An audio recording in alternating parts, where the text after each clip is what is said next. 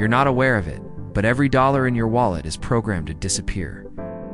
While you blame yourself for being broke, a hidden machine is systematically stealing your wealth. Today, I expose their robbery. The solution is understanding that traditional currency is a depreciating asset and moving wealth to real scarce assets that can't be artificially created. Picture this. Sarah checks her bank account on Monday morning. $2,847. She smiles, feeling secure for the first time in months. By Friday, without buying anything crazy, without splurging, without even going out for dinner, $2,203. Where did $644 go? She stares at her phone, scrolling through transactions. Groceries that cost 30% more than last year. Gas that's doubled. Her rent increased again. The insurance company sent another adjustment notice, and that subscription she forgot about is now charging $19.99 instead of $9.99. Sound familiar? Here's the brutal truth they're hiding from you. Your money isn't disappearing because you're irresponsible. It's vanishing because the entire system is designed to extract wealth from people exactly like Sarah, exactly like you. While you're busy blaming yourself for not budgeting better, not working harder, not being smarter with money, there's a machine running 24/7 that's engineered to drain your accounts. And the people running this machine, they're getting richer while you get poorer, and they've convinced you it's your fault. Today, I'm going to expose how this invisible theft works, why it's accelerating right now, and what they absolutely don't want you to understand about your money. Let me tell you about the greatest magic trick ever performed. It happened so slowly that nobody noticed. One day, we traded real things for real things. The next day, we traded real things for pieces of paper. And now, we trade real things for numbers on a screen that can be created with a keystroke. Here's what they don't teach you in school. Money today isn't backed by anything. Not gold, not silver, not anything you can touch or hold.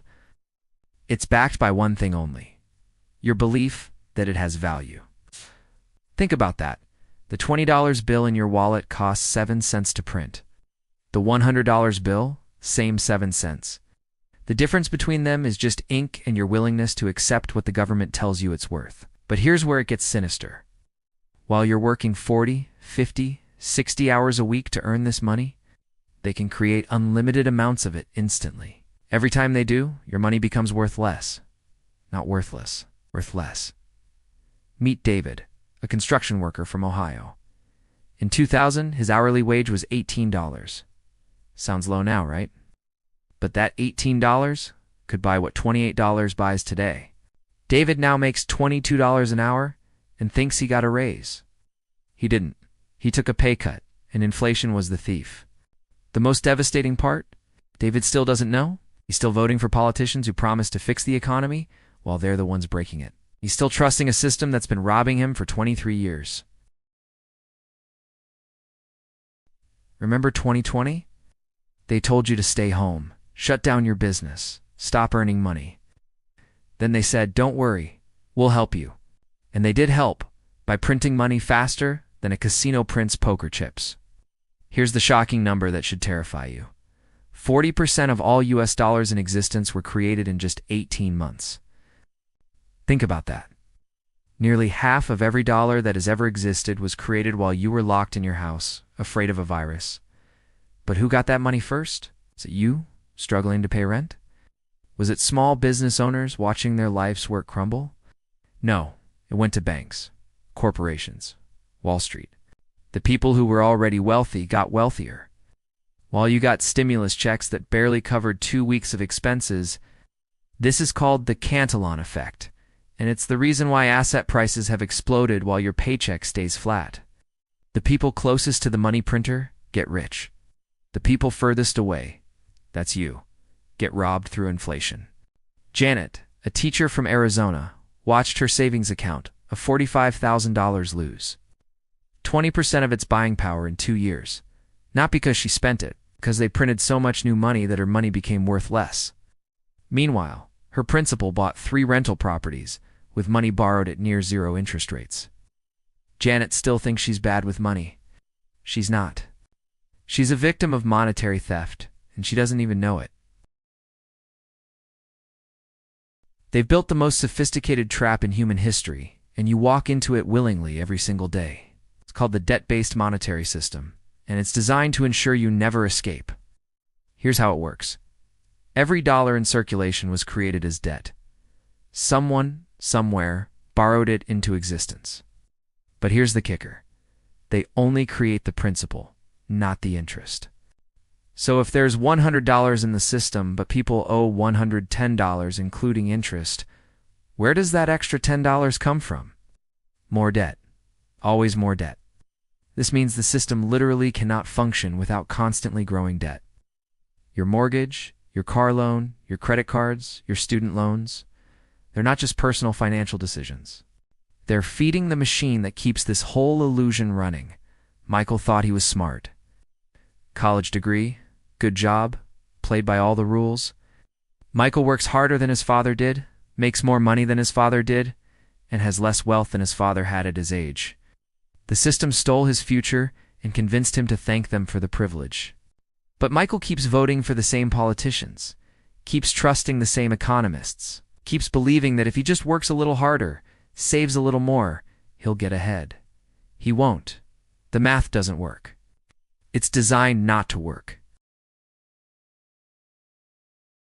The stock market is at all-time highs. They cheer. Real estate values are soaring. They celebrate. Your 401k is doing great.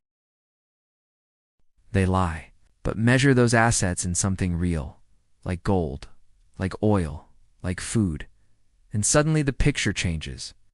Your house didn't get more valuable. The money got less valuable. Your stocks didn't perform better. The currency got weaker. It's the ultimate shell game. They devalue the measuring stick, then convince you that everything measured by that stick is worth more. Meanwhile, the people who understand this game are moving their wealth into real assets, while you're celebrating fake gains in a depreciating currency. Lisa, a nurse from Florida, thought she was crushing it. Her 401k grew from $85,000 to $130,000 in 3 years. She felt wealthy. Then she tried to buy her first house and discovered that same $130,000 couldn't buy what $85,000 could buy 3 years earlier. The cruelest part? Lisa still thinks the stock market made her money. She doesn't realize she's been running on a treadmill while they moved the finish line further away. The people who really understand money aren't celebrating stock market gains. They're buying farmland, precious metals, Bitcoin, real estate, anything that can't be printed into existence. While you're getting excited about paper profits, they're accumulating real wealth. This isn't just economic warfare, it's psychological warfare. They've convinced you that your financial struggles are personal failures instead of systematic theft. You can't afford a house? Must be because you bought too much avocado toast. You can't save money? Obviously you need to budget better.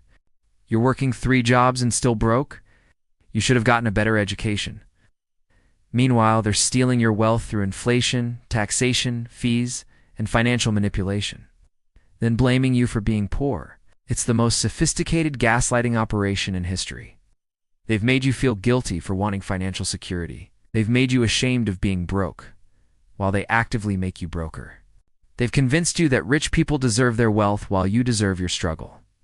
Robert from Michigan believed this lie for 30 years, worked at the same factory, never asked for raises, never questioned why his pension disappeared, never wondered why his dollars bought less every year. He blamed himself for not being financially smart, while the system systematically robbed him. At 55, Robert finally realized the truth. He wasn't bad with money. The money was bad. The system was rigged. His biggest mistake wasn't financial. It was psychological. He trusted people who were robbing him and blamed himself for being robbed. The awakening almost broke him, but then it freed him. Here's what they're terrified you'll figure out. You don't have to play their game. You can opt out, not completely. You still need to function in society. But you can protect yourself from their wealth extraction machine. The solution isn't budgeting apps or side hustles or working harder. Those are band-aids on a severed artery. The solution is understanding that fiat currency is a depreciating asset and moving your wealth into appreciating assets before they devalue your dollars into worthlessness. Real assets? Scarce assets. Assets they can't print more of. The wealthy have been doing this for decades while telling you to save money in banks that pay 0.5% interest, while inflation runs at 8%. But here's the most powerful realization. Once you see the game, you can't unsee it. Once you understand how money really works, every financial decision becomes clear. You stop being a victim and start being a strategist. The people profiting from this system need you to stay ignorant, stay broke, stay dependent. Your financial freedom is their financial loss. That's why they'll never teach you this in school. Never explain it on the news. Never admit it in public. But now you know. The question is, what are you going to do with this knowledge? Will you keep playing their game by their rules? Or will you finally start playing to win? If this opened your eyes to how money really works, hit that like button.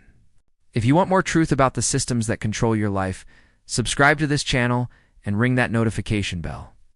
Because the rabbit hole goes much deeper, and I'm going to show you exactly how deep. The truth is out there. But they're not going to hand it to you. You have to seek it out. You have to dig for it. You have to demand it. And that journey starts now.